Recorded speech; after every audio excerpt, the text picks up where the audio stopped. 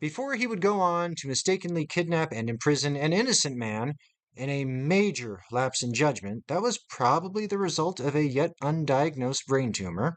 Chief Detective Ellis Parker of Burlington County boasted an impressive case docket in which he used intuition, human intelligence sources, and unique insights that were often overlooked by other investigators.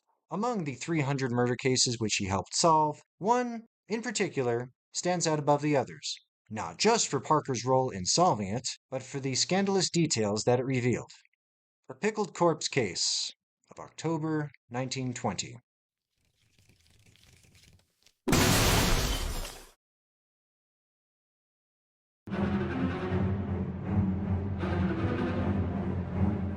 A Burlington County detective was known as America's Sherlock, and for good reason. Ellis Parker had an uncanny knack for getting to the bottom of things. During his 40-some-odd-year career, he boasted an impressive record, solving over 1,000 crimes, of which included 300 murders, and of those, all but 12 landed convictions. And holy shit, 300 murder cases. Camden's always been a shithole, hasn't it? I blame proximity to Philadelphia. His case list features names such as the Mad Arsonist, which involved a series of barn fires set by horse thieves to cover their crimes, and a case from Fort Dix in which a sergeant was murdered and his entire platoon were suspects. While this impressive career would come to an unfortunate end following his kidnapping of an innocent man, whom he suspected of the Lindbergh Kidnapping, big ol' felony whoopsie.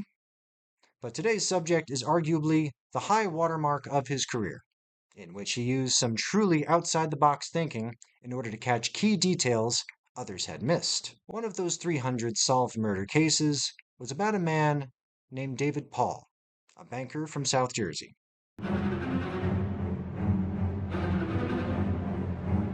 Meet David Paul, 60-year-old husband and father, and described by those that knew him as quiet, prim, and devoted to his family. He was employed as a courier by the Broadway Trust Bank of Camden, New Jersey.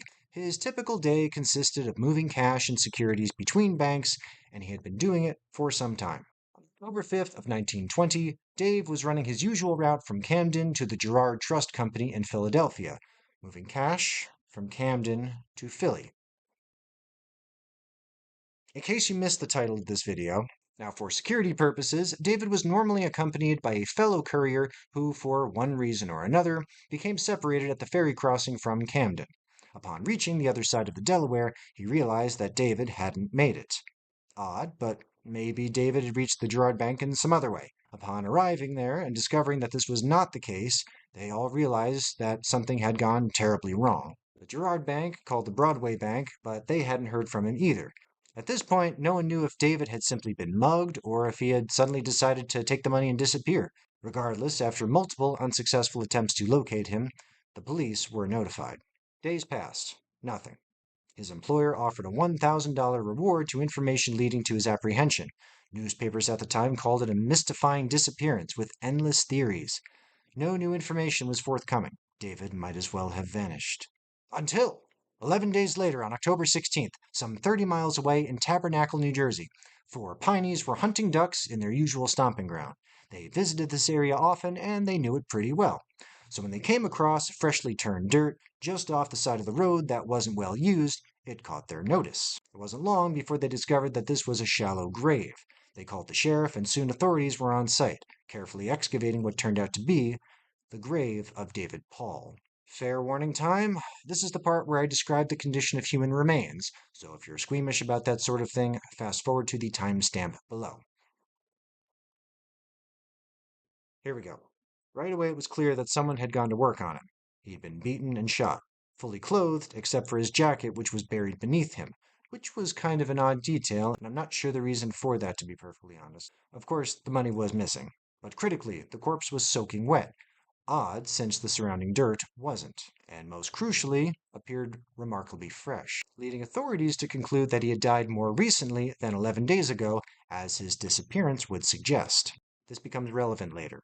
Bottom line, this had just gone from a missing persons case into a murder investigation.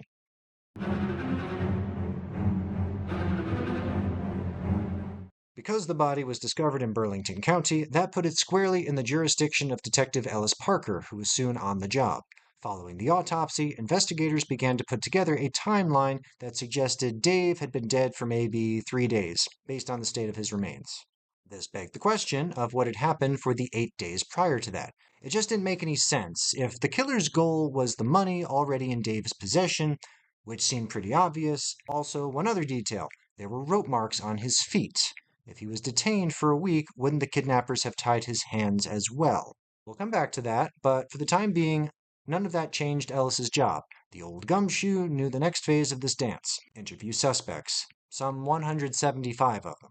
And here's where things get spicy. You see, Davy presented himself as a buttoned-down, quiet type who didn't do anything too crazy. However, when piecing together those who knew him and who he might have been with, Ellis found out that Dave had been living a bit of a double life. Keep in mind, this was Prohibition time and like right outside Philly.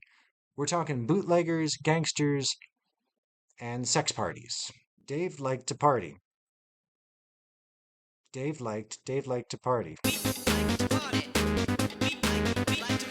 Through questioning, Ellis determined that Dave Paul had attended a number of gatherings at a cottage outside of town, in which attendees got blitzed and got naked.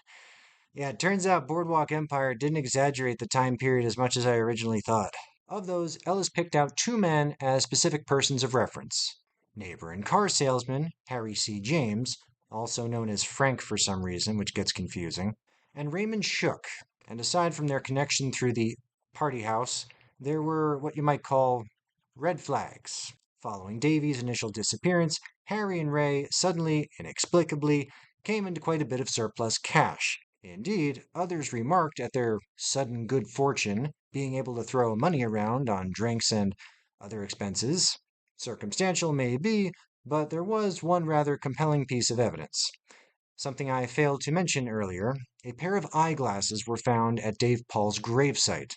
Those eyeglasses, you probably can guess by now, belonged to Harry James. Like, how'd those get here, Harry? Harry, how'd those get here? However, apparently Ellis got it wrong. You see, if Dave had been killed 3 days ago, around October 13th, then it wouldn't follow that Harry and Ray robbed and killed him, since they were spending their, still yet unexplained, but apparently innocent money prior to that. Thus, Detective Ellis went back to the gravesite. Dry dirt, wet clothes. How did that happen? Well, it turns out there was a creek nearby, hence the duck hunting pineys. That creek had unusually high levels of tannic acid. There's some disagreement on the source of this. Some claim there was a factory upstream, others claim it was from cedar or hemlock trees that were also in the river. Either way, tests on Dave's clothes found the same chemicals. Brief science content. Tannic acid does a couple of things to skin and tissue to prevent decomposition. Hence the whole tanning thing to make leather. Doesn't matter if you're Levi Strauss or Ed Gein or a couple of criminals out of Camden trying to bury a dude in the Pine Barrens. The effect is the same. This confirmed Ellis's suspicion that their original timeline was wrong, and therefore, the alibis already provided by Harry and Ray were no longer applicable. Detective Ellis had him. Sure enough, when questioned about this new timeline, Harry and Ray broke down and confessed to the crime. While both men initially tried to deflect primary responsibility to the other man, the evidence presented at trial seemed to point to both of them acting together.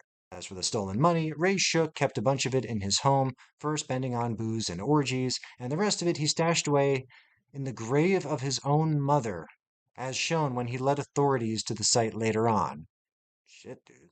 Back when a speedy trial by jury actually meant something, both men were convicted of first-degree murder in February 1921, like 5 months after the murder, and then sentenced to a seat in Thomas Edison's recliner, thus bringing to a close one of the top cases that made Ellis Parker famous for his time and a piece of New Jersey history.